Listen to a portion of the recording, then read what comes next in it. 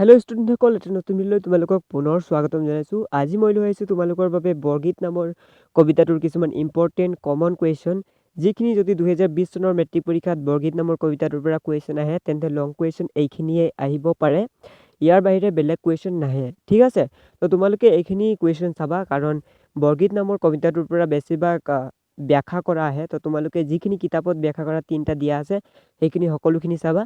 যিবিলাক বাকী কুৱেশ্যন মই কিতাপৰ নাই লোৱা সেইখিনি হয়তো ইম্পৰ্টেণ্ট নহয় বা অলৰেডি 2019 চনত আহি গৈছে। চ' 19 চনত অহাখিনি বেছিভাগ নাহে। চ' এইবাবে মই 19 চনৰখিনি নাই লোৱা।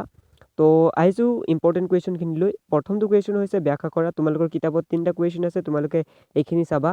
প্ৰথমটো হৈছে সহস্ৰ বয়নে যাৰ নাপান্ত সীমা, অধমে জানিব কেনে তোমাৰ মহিমা।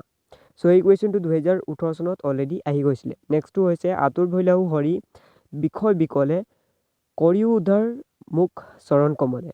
3 নম্বৰটো হৈছে তোমাৰ চৰণ দুই মোৰ মহাধন, ভকত জনেৰ নিজ তুমিহে জীৱন।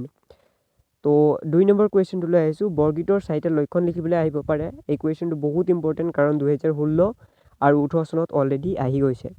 3 নম্বৰ কুৱেশ্যনটোলৈ আহিছোঁ। ব্ৰজাৱলী বিষয় এটি টোকা লিখা। চ' এই কুৱেশ্যনটোও বহুত ইম্পৰ্টেণ্ট, 2016 আৰু 17 চনত অলৰেডি আহি গৈছে। চ' এইখিনিয়ে কিছুমান ইম্পৰ্টেণ্ট কুৱেশ্যন তোমালোকলৈ লৈ আহিছিলোঁ। চ' যদি তোমালোকক এই কুৱেশ্যনখিনি ভাল লাগিলে তোমালোকে ভিডিঅ'টো লাইক কৰিব পাৰা, আৰু যদি তোমালোকক বেলেগ চেপ্টাৰৰ পৰা কুৱেশ্যন লাগে তেন্তে কমেণ্ট কৰি জনাবা যে কোনটো চেপ্টাৰৰ পৰা কুৱেশ্যন নতুন ভিডিঅ'ত তোমালোকক সেই কুৱেশ্যনখিনিৰ আনচাৰ দিবলৈ চেষ্টা কৰিম। চ' তেতিয়াহ'লে মই নেক্সট এটা নতুন ভিডিঅ'ত আকৌ লগ পাম। Good bye.